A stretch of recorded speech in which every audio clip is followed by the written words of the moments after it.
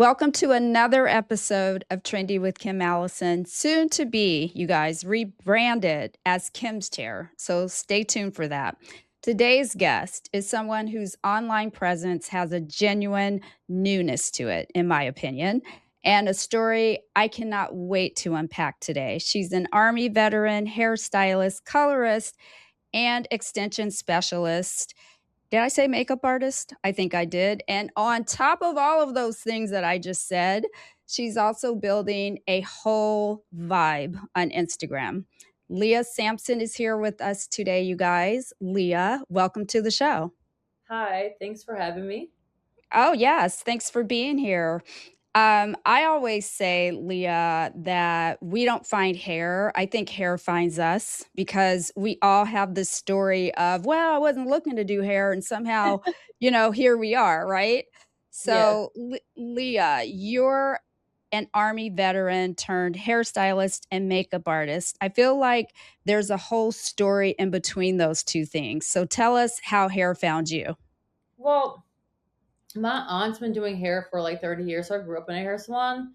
I never thought I would do hair, but I always loved makeup. I did makeup before I went to the military. And when I left the military, I kind of wanted to go back to the creative side of myself. So I thought that doing makeup was going to just be what I did. I went to cosmetology school and kind of fell in love with hair. And then I found out I was pregnant about 4 weeks into cosmetology school. So then I just was like, well, hair will make me more money quickly, faster. I could just get right into hair. And then it just kind of evolved from there. Oh, wow. So I was 7 months pregnant when I started beauty school. And that was with my second son. My first son, I accidentally, the best accident I've ever had right out of high school, I had him. Yeah. So I thought I was going to do one thing, but I always did hair. So it was just an easy, natural shift when your other plan doesn't work out, you know? So that's completely relatable. Now, was there a moment where you realized beauty wasn't something you were just doing? It was something you were called to do? Did you have that moment? I think I'm kind of in the moment now. Um, I've tried to leave the industry in a way just because frustration or not being able to do what I really wanted to do, that changes every day. But Mhm. I think that I'm kind of in that moment now where I'm like, okay, well, it's been 11 years and I can't seem to get away from it. And so, yeah, I'm here now. I love it. We're glad you're still here. And burnout is real, Hmm. and everybody grapples with, you know, when to step away. You know what I mean? It's Yeah. like it gets kind of mundane at some points. You get tired of clients at some points. It's a whole thing, but it takes a certain, it's not for the faint of heart. Let's just say hairdressing, Not but at all. military life. Now that's something I've never even thought about doing because it seems really hard. Way harder than hairdressing. But military life, it builds a very specific kind of person. When you stepped into the beauty industry, what did they make of you and what did you make of them? You mean when I stepped into military or? When you went from beauty to military back into beauty. Yeah. So, So, what was I mean, at the time when I joined the military, I was waiting tables and I just kind of was like, I wanted to go to school, but it was so expensive and I didn't really know what I was doing with my life. Honestly, I was 23, so I was so young, not realizing that I was young. I was like, oh my god, I'm 23 and I need to be doing something. So I just walked into the recruiter office and was like, let's see what this looks like, and I was gone 2 weeks later. So Oh, wow. Were you in there 4 years? I was, Oh, wow. And it's Army, right? I was in the army. Yeah, my brothers were in the Army. Did that discipline from service make you a stronger artist, or did beauty actually teach you something the Army couldn't? I think the army does a really good job. Well, for me at least, with letting me know that I can do anything as long as I put the work in. but also like that you can relate to everybody no matter what, because you kind of have to in the military if you're going to work together. You might not like somebody, but at the end of the day, you kind of have to work as a team. So behind the chair, even if I'm not sure if the client likes me as a person or if we have varying opinions about whatever, there's always something that I can find that I can connect to that person with, and I kind of build off of that. So I the beauty industry, in my opinion, is a lot harder than the military because in the military, I get told what to do, how to do it, how long to do it, what to look like, all the things. It was really easy. It's hard. They're hard in different ways, but to me, that's a lot easier than to just be out here like trying to kind of figure it out on my own. No matter if you're a commission stylist or you work, it's creative. So at the end of the day, you kind of have to do your own. You have to figure out your own way. So that's what I Yeah, like. yeah, that makes sense. I can see where you're saying what you're saying because the military is very structured. Yeah, No surprises. Whereas when you go out on your own and you're independent, you have to be even more disciplined in some yeah, ways, I would yeah, imagine. So let's jump into that a little bit because you're in a salon suite, correct? yes. Okay, so you went independent, obviously. What was the moment you knew you were done working in someone else's space, if you Well, ever were? so I started off in the chain hair cuttery. I was a receptionist there, and then about 4 months after I got my license, I realized that I there were things that I wanted to do that I couldn't do because corporate. I couldn't dress the way I Mhm. wanted to, or I couldn't use the products that I wanted to. So I was like, I'm not doing this. And then I went to it was a commission salon space, and that was really nice. I felt like I learned a lot. But about 2 years after I was there, I realized that I wanted to work more, and I feel like that's now I'm looking at it like, God, they were giving me like a break, and I probably needed the break, but I wanted to be able to work when I wanted to work. I wanted to be able to work, 7 days a week if I wanted to, or no days a week if I wanted to. And I had a lot of freedom in that salon space, but I think we might have had like four chairs and five people who worked there. So even if I wanted to work, somebody else was working in the chair that I work at. So I just decided to go rent a space. And that was probably stupid, but I did it anyway. And now we're here, and I've been working for myself. Um, I kind of count the commission as like working independently, but because as a commission stylist, you still have to pay taxes, you still have to brand yourself, you still have to do all those things. Yeah. Um, so honestly, like 4 months after I got my license, I feel like I was self-employed. But 2 years after I got my license, I was actually like doing all the ordering and you know, just kind of winging it, honestly. Wow. Well, it took me a long time to go into a salon suite. Like, I don't know how long it was, but I was terrified. I worked for Tony and Guy for 4 years in a commission salon, just wanted to know all the ropes, but when I talked to stylists, and I've talked to many at this point, some go straight from beauty school into a salon suite, and I'm like, how dare you? Oh my god, that is bold. Like, geez. So for stylists, now that you're in that situation, for stylists who are wanting to go independent, what do people romanticize about the suite ownership that's completely off base? Um, I think people forget that there's a lot more than just buying color, putting it on someone's hair, and cutting hair, and collecting the money and leaving. Like there's, you have to think about the taxes, the insurance. Um, just like what do you do when you don't have this or sweets, like you might think that you're by yourself, but you got neighbors, and there's just like so many things that I think that people forget that because I've been commissioned. I did my short time at corporate.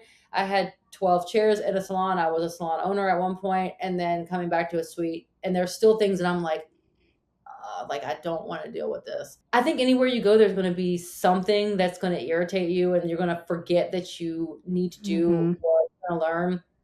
But I think that a lot of new stylists don't realize just like do you get an LLC? Do you get a business license? Like, do you have to get this extra license to do this? And it's just like, just remember that there's always going to be something that you're going to go, oh, should I didn't think about that. And when you work for someone else, the things that you're annoyed at are very small. So and so didn't clean their bowls out, or my boss is getting on my nerves, or they gave so and so this or whatever. And it's just like, Mhm. things are just not very important, but you can really go into suite ownership or salon ownership and really, like, excuse me, like, you can really fuck some stuff up. Like, you can really go, oh, IRS like 12 grand. How am I going to come up with that? Just little things that you wouldn't, even retail, like there's a sales and tax use license and stuff like that. And it could really, the mistakes or the things that you don't think about in salon ownership have long-term effects versus the things that you're irritated about in a commission or whatever salon space where someone else is taking care of all the back end stuff are short-term, usually, in my opinion. No, yeah, those are great points. Totally. And like I said, my background is everything because I'm now in year 30 working behind the chair, right? So I'm closer to the end than I am the middle or the beginning. But I've owned big salons before. I've again worked commission. I've been all over the map. So one of the hardest things to me in a salon suite would be you are the face. Like there's no barriers in between Yeah. you. And Yeah. so if you raise your prices, if you have to enforce something, there Mhm. your client is, you're like, "Oh shoot, I don't have the front desk just to tell you that I'm $10 more." And the fact that they hang their hat on $10 is amazing to me. I'm like, "It's $10." Yeah. Like I think I mean, hey. the interesting thing about, I think, the difference, because I want a bigger space and I still want to just be myself, be by myself. But I think the funniest thing, and this is something that I do in my content too, is like, when you say like the face, you actually are around your client the entire time you're in here, unless you walk out of. Mhm.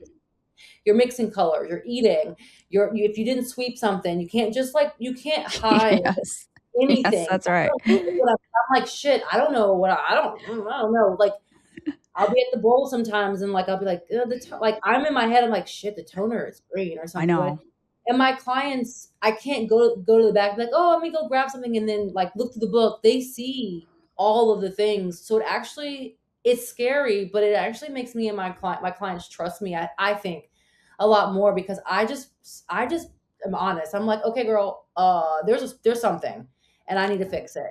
I don't hide from it, because in my mind, the trust, respect, and communication are the biggest things behind, like, in my space.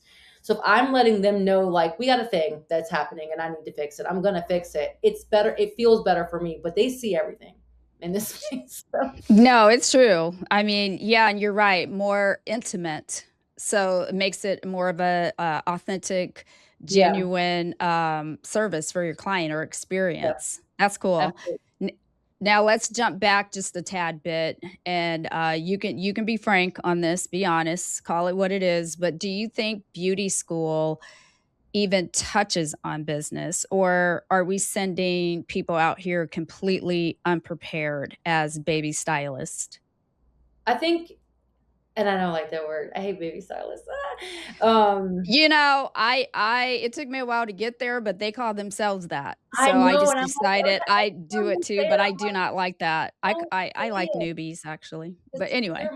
like, you're mine. You're not a baby. Like, you actually, like, it's the best. I would say, like, I would want to call it something else. But I think that at that moment you are like so ready and you're so willing and you have no bad habits and you're just like fresh and ready to learn. So I would call them. I don't know. Like, I don't know. I got to come up with a different name. Um, I call them newbies, that's what I call them, and then they call themselves baby stylist, but like, hey, you're we'll go with whatever you come up with you're an because adult you're woman. You are fresh. You are like light. You're just like ready. Like, I don't know. I love it. I think it depends on the school you go to, because the school that I went to, and this is no shade to them at all, but they were trying Okay. something new with us that at this point in my career, I'm like, how the hell did I even pass anything? It was 6 months. It was part time. It was every Wednesday for 2 hours. That was it. I think we did the 1,000 or hour program or whatever. I learned. I didn't touch bleach. I didn't touch a person. I didn't. So we're talking about business. I definitely didn't touch business. I didn't even know what bleach did in a foil because all we had was conditioner. So I had to buy my own bleach packets from Sally's or Cosmoprof or wherever I was buying them from, and do my mannequins at home so I could see what bleach actually did on mannequin hair. I will say that I think that some schools, like I just left Paul Mitchell, the Temple in Maryland, and I mean the simple fact that they have, I feel like the 2 years or however long they spend in there, they probably do. I would hope that they would touch on beauty, or business, but I just think it depends on what school you go to and who you have around you. We could all be better, but I think some part of business is just doing. Yeah, I think you're right. I didn't know there was a level of schooling that you just described.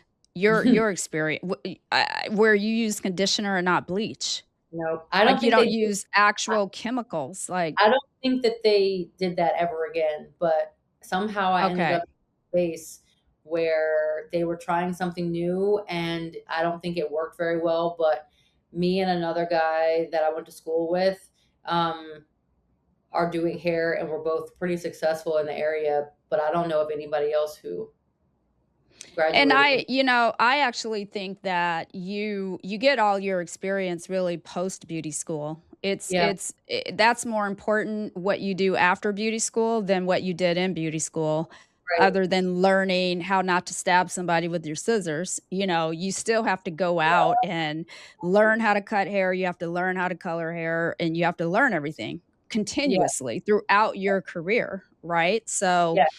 and I know, my listeners are going to kill me if I don't ask you this, but you don't have to answer. But where did you go to beauty school where you tried that program? I live in Virginia, so I went to a technical school in Virginia. They do a bunch of stuff. They, welders, and they actually have a pretty decent, I think, still program in high school. This was an adult program, and we don't have any schools around. Like, well, I know when I went, I'm pretty sure we didn't have any schools that were cosmetology based around where I was at.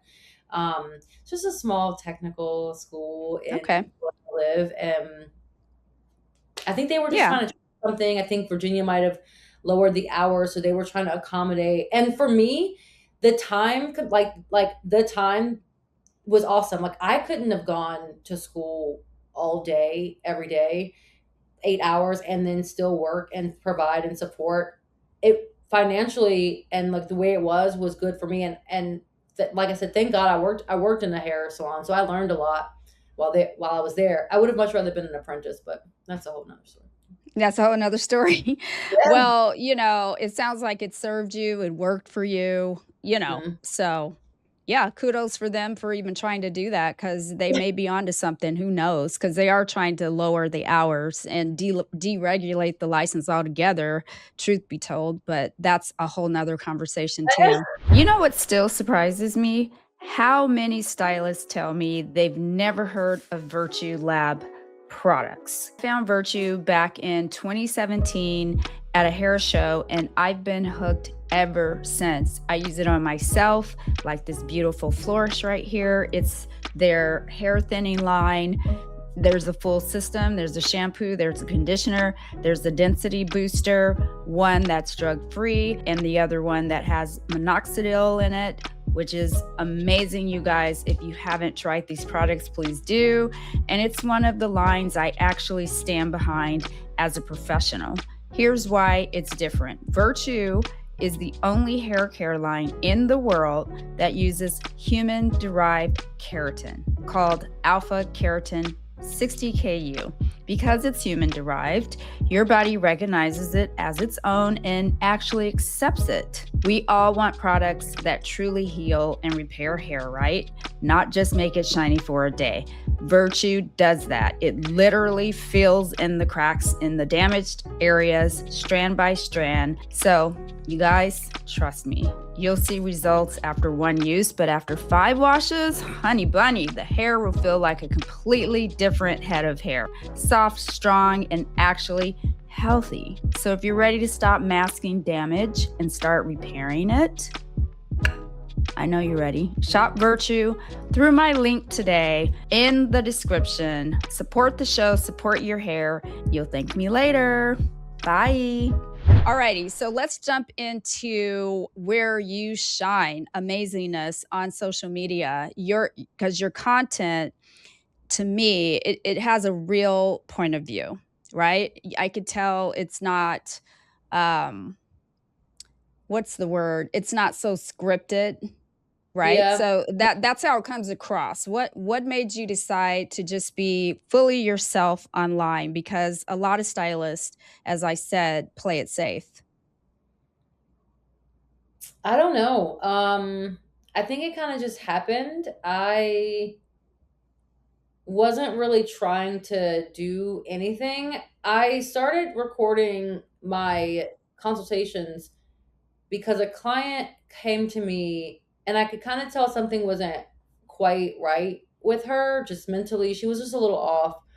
Um, and after I was done with her service, she threatened to call the police on me and told me she didn't like her hair, and it was just a wild, it was wild. So and then she proceeded to harass me via text for like the next like couple hours. But I Is just this told her a was this a new client, like somebody you had never done? I'd seen her before. She loved her hair. It was a color correction. She gave me a really good review, and then when she came for a follow up, I just believed that there was some money issues going on, and then she just tried to use some. She just basically was like, I don't like my hair, but then she just took it to the extreme, and I was like, okay. Um, from now on, I'm whether I post or not post. I wasn't even thinking about posting at this time. I just was like, I'm recording every consultation, like the consultation and the after the result, and then them, whatever they have to say. Because if I have to go to court for anybody who wants to act crazy, then I'll have some evidence. That turned into a client of mine who wanted me to do a black box dye to blonde transformation, and I told her that I was like, I don't do those and I don't want to do it, but if you insist, then I need to record it because I'm not gonna do it without this. I was like, I'm recording it and I'm gonna post it because I want You you to gotta see it. protect yourself. Yeah. And Uh-huh. she's a young girl and I love her and her mom, and they let me record it, and then that ended up becoming like my first real like viral kind of moment. But the reason why it went viral, I do believe, is because I was eating Chick-fil-A in the video with this girl. And everybody seems to think that I'm not supposed to eat with my clients, or I'm supposed to wait and I touched her hair when I was eating the french fries. And what people don't realize is the girl she's got issues with eating in public. They actually brought me the food. They were 2 hours late because homegirl had to go to the hospital before she came to get her hair done. They bought me food. I ate it. I thought it was funny. She doesn't like to eat in front of people. She then eats in front of me because I'm eating in front of her. And the moment in my mind was just like so cool because she I've been doing her hair for years, and when she first came to me, she did not speak. She did not want to talk to me. And now we joke and we talk shit, and she's a little 17-year-old, and it's cool. But not everybody, but a lot of people were on the fence. Like some people were like, "Oh my god, I love that you eat and with your clients. That's so cool." And then there are other people who were calling me gross and disgusting, and how dare I eat in front of my clients. Well, that video allowed me to pay for the girl to have her hair done the next time because I made so much money on TikTok. I basically could take a week off of work. So I realized that Yeah. like there's something to that where I can kind of piss people off, but just be who I am normally. And then that just evolved into like the consultation videos, and then I happened to see someone crying on the internet about their hair for the millionth time, and I was just sick of it, and I just said something about it because I was so irritated because why are we doing this? And that also went viral. And then the other thing that I guess I do now are the microphones. But I was just having a burger in a restaurant and I didn't feel like holding my mic, so I just clipped it to the knife and just started talking about Jack Martin and how I don't want to do this shit. And now I'm the girl with the weird mics. So I just think I just do things out of convenience and then record it and then post it because I don't really care anymore because my clientele was already here. I don't really necessarily need the like to fill my book, but it's nice to be able to fill my book with people who I connect with so genuinely and I don't have to try so hard. So that's what the internet is doing for me. It's bringing people here that like me for me. I can eat, I can talk shit, I can watch my true crime, I can wear what I want. And that's what I want for my business, is just to be around people that I don't feel like it's a job. It's family, it's fun, and then I happen to do hair. So Oh my God. I love that story. That's so cool. And a few things came to my head as you were talking. One, with the eating with your client who doesn't really eat in front of other people and may struggle with, I mean, not, I guess I can call it mental health issues because we all have them, yep, but you meet your client where they are. I basically. think that is pure and authentic, and that's what people want to see now on social media. And being just you, clipping it to the knife, just because that's the moment. You weren't trying to create a moment, and that now to me is very transparent when people try to create the moment. It's almost, I rather you do a script where I know you are acting than to pretend like you're being authentic but you're acting. You know what I mean? Yeah. Yeah, I think I would watch other people like, and I have been modeling since I was 5. I absolutely love art and like weird shit and just like curated aesthetic, but it's just not feasible for me to create that by myself. I'm a mom. I take care of my mom. Like I've got a couple business. Like I show up like this, and I was like, well, if I'm showing up like this to work, and this is what people are seeing when they come here, I want them to also see this in on the internet, I guess. So I just started to stop thinking about it so much and just started posting. Now what I will do is I'll record a video and then I go back and I'll look at what I said and kind of pick out like, oh girl, we can't say that, or you said that 17 times, we're going to take some of that out, clip it down. And sometimes I will use like AI to kind of say, like, guide me on what I'm trying to say so that I can go, oh, I didn't think about that, or I didn't think about that. And I'll read it over and then I'll just press record and start talking. And then I just kind of edit it out to where it makes sense to me. And then I just post it. Yeah, because that's what I was going to ask you. Do you just wake up like this and then just go? Or, but yeah, so you do have a little bit of preparation A and little bit. But I okay. would say for the most part, I've been, I talk to myself a lot. And so what I think I'm doing is actually just talking to myself when I'm recording it, and then because I just find myself like talking out loud about things that I am frustrated with or my ideas. I just will talk, and then I'm like, well, what if I just recorded it and then posted it? And I kind of think, And then here we are. It yeah, it it landed. It yeah, certainly landed. yes, it's Do you, interesting. yeah, I love it. Where I wanna go next is because we love a good talented person, right? That's Mhm. we love. That's what makes social media so fun to watch. But can being genuinely talented still carry you today, or Mhm. do you have to be a brand now, whether you like it or not? Because I feel like branding, it's in the forefront. What do you I think? I feel like if your goal is to be marketable, then obviously you have to have a brand. But if your goal is just to show your talent, I don't necessarily. It's like what's more important to you? Um, Mhm.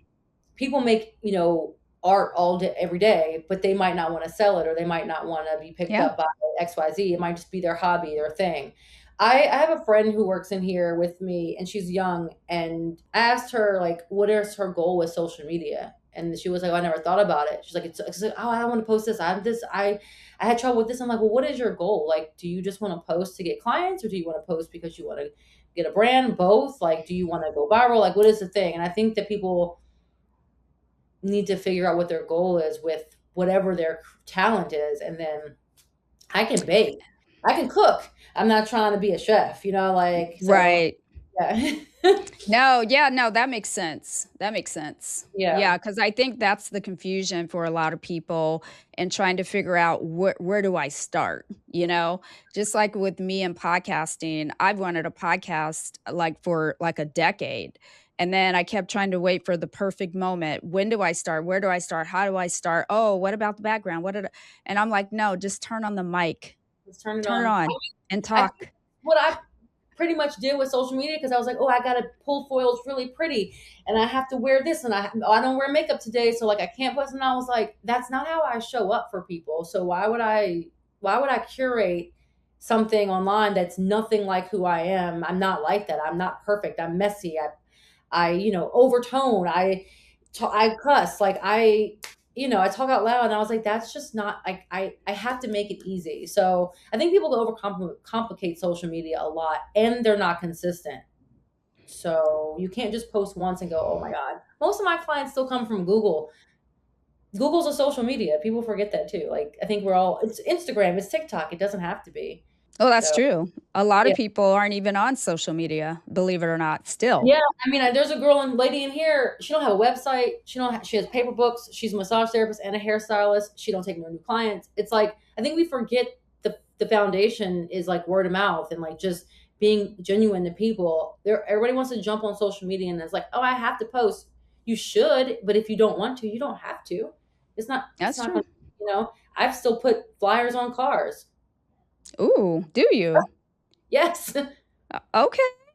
Yeah, that's old school. Yeah. Yep. I mean, if I'm in a drought or, have a low time or I want to run a special or something, like not everybody's on social media, but I bet the coffee shop down the street wouldn't mind me putting a little something, something on their board. And maybe somebody, there's apartment complexes, there's Costco. Like I meet people in the store all the time and go, who does your hair? Or I like your hair or whatever. Come get I gave a free haircut to the girl who helped me at Best Buy the other day. Like I people. mean, I love a good boots on the ground. I think that is it to your point, it does get lost because we can do anything behind a laptop now, which in Mhm. to me, being a old ass Gen X or Gen Z, what am I, Gen Z or Gen X? No. What am I? I Gen don't X. even know. I'm a I'm millennial, so Gen I X. Yeah, so I'm a Gen X. So that is the only way we built. It was word of mouth. And right. now the kids today, they apply for jobs online. We actually walked into the Yeah. place and gave Yeah. them our resume. And sometimes if you're the only one doing that, then maybe that's your advantage. Right. If everybody's online, then you go put flyers on cars. I try to hit all angles because you just never know what's gonna hit. And it might hit good today, but in 6 months it might not be the same. So if you're not and if you're not used to doing something, it's gonna feel difficult. So you gotta kind of work you gotta work those practices often. So I still sit like I'll have my mom, bless her heart, like we'll sometimes mail out thank you cards to new clients, just like in the mail, just like put a post stamp on it and I'll send it. She'll write, the address because she has better handwriting than me. And then I'll send it. I'm trying to do like holidays and stuff like that. Forms. Like I have really crazy forms that I ask people like what's their favorite television show. Just like I don't think that people realize like it's not just post and forget, and then you have to be a human at some point, especially with AI coming in. People are looking for a human to talk to. Yeah, AI headshots. That's not you. That's somebody else. That's so weird to me. Filters, overly filtered. I'm like, so what do you do when they come in and see the actual you? I mean, is the whole experience going to be online? No, you have a service job. Yes, until a robot comes and takes my job, I'm Coming still, soon. I'm still gonna be behind the chair, and I'm still gonna be doing stuff with my hands, and I'm still gonna be speaking to my clients in person. I'm still showing up, and I can't be perfect, so I'm gonna be imperfect and be okay with that. honestly. Yes, that part. Love it. All right, so I'm going to hit you with a quick fire of all your specialties. Are you ready? Okay. Okay. Yes. All right, biggest myth clients believe about hair extensions. Go. That they don't fade. The color doesn't fade. Okay. Biggest color misconception you're tired of correcting. That box dye and salon dye are somehow completely different, and they're not really that different, I guess. Oh, Does that make sense? elaborate. Like, Elaborate. people will come in and they'll have, like, brown, like, a level 5 on their hair, but they'll be like, "Oh, but I it's not box dye, I got it done at the salon." It's like, "Well, you wanna go to a level 9, it's still kind of the same. The chemicals might not be as bad, but the process of lifting a level 6, no matter if you got it from Sally's or you got it from me, kind of is the same thing." And, Yeah, artificial color is artificial color. yeah, It's like, just which of the evils did you have? right. Was it the box or a salon? Yeah, I Yeah, get and that. they all come in a box most of the time Yeah, too. at the end of the day. Pisses me off. Yeah, They 100 the only difference is the box color, they don't tell you what volume developer it is. That's literally the only yeah, difference. yep, and that I so digress. mm, yes. Mhm. Okay, a trend you're genuinely loving right now. Oh, loving. I don't know. Nothing? Like trends, so I don't really think I Okay, um, well, let's jump over here. okay. A trend you need to go away, like, right now, immediately, go. Calling the afro a cloud bob, Ah, yeah, that's I just saw that. I was like, "What the hell is that? Where did that come from?" renaming every haircut something different and thinking it's something different and it's not. Like, I hate that. Just Okay, it's a shame. No. that part. Like a wolf cut is a shag. A Butterfly silk layer, shag, a silk press, a Jessica curl. literally, Yeah, that's a Jerry curl. yeah. A silk press is a flat iron. I don't know what to tell you. I It's mean, yeah. wild. Yeah. All right. So that was just a little taste of what I like to do on the show because I am self-proclaimed queen of games. Okay. Okay, Leah? All I right. am. And I don't have my crown right now, but I win every time. But I'm not playing against you. I am going to challenge you to a game called, it's not a big challenge, it's just you being you, booked or bounced. All right. So here are the rules. Are you keeping the client or you get the fuck out of here? Are you sending them All right. home? Oh Okay. god. Oh All god. right. Are you ready? Yeah. Okay. Client shows up 20 minutes late. No call, no Bye. text. Bye. I'm already gone. Client rolls in with a full Pinterest board, 47 pins, mixed signals. We're gonna talk about it. She could stay. She can stay. Okay. Client says, do whatever you want, then panics when you pick up your shears. She could stay. Client tried to remove their own tape ins with coconut oil and a fork. Bye. Client who doesn't say a single word the entire appointment, I didn't say. Oh, or client who tells you everything, including stuff you didn't ask for. that's all. They can stay. They do it all the They time. all could stay. So you're here for it. Yeah, Okay. whatever. Okay. So now we're going to do a little 60-second blowout. I call it. It's just 60-second rapid fire. All right. Are you ready? Yeah. All right. Fast, fast fire foils or balayage. Foils. Extension method you never give up.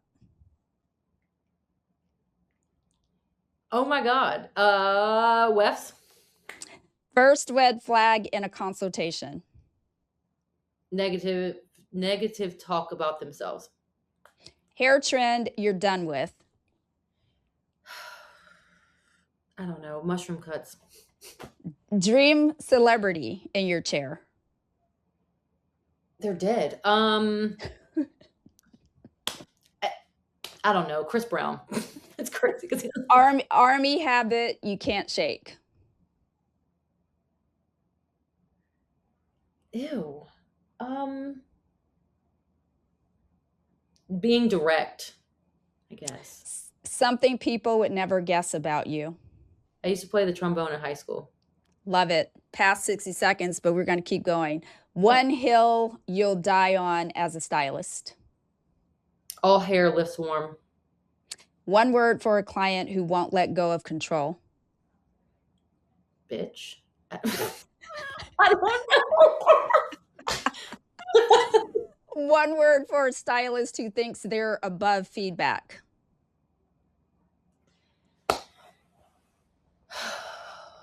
Annoying. One word for a content creator who's about to give up. Don't. Love it. You did not disappoint today, Miss Leah. I'm so glad you came on. This was literally everything. And guys, go follow her on Instagram at Leah Does My Hair, right? At Leah Does My Hair Seville. Sibo. Okay. Leah, why don't you tell them why don't you tell my audience where they can find you? I'm on Instagram and TikTok at Leah Does My Hair Seville. If you follow me at Leah Does My Hair on TikTok, you will see my dog because he took over that account. Yeah, like that's it. That's it. Any fun things in the works? I just came from Presley Poe and Friends yesterday, and in 3 weeks, I'm going to hang out with Lisa G at her Content Chronicles. I'm really excited, and I just got a brand ambassadorship with Christian Michael Hair Extensions, so I'm excited to work with them and just keep making content. Love it. I actually took Lisa G's class when I went to CreatorCon back in February, end of Oh, February. awesome. I'm so excited to meet her. She's the reason, she's not the reason, but seeing her online made me realize like I can just be myself and whatever. And after seeing her was kind of when I started just posting the stuff. And so I kind of credit her to my confidence to be able to just speak as I am as a human. So, and I can tell you, I didn't know her before, but who she is online is exactly who she is offline. So as you know, which is crazy. I love it. She is the real deal. I'm excited. Yeah, as you should be. That's exciting. Okay, everybody, you know where you can find Leah. And if you love this episode, help more people find me, you guys. Subscribe on YouTube at Trendy_Kim Allison. Drop a review on Apple or Spotify. 5 stars would be very much appreciated. And follow me everywhere at Trendy Kim Allison. Thanks for watching, Leah. You were amazing. All right, everybody. Bye.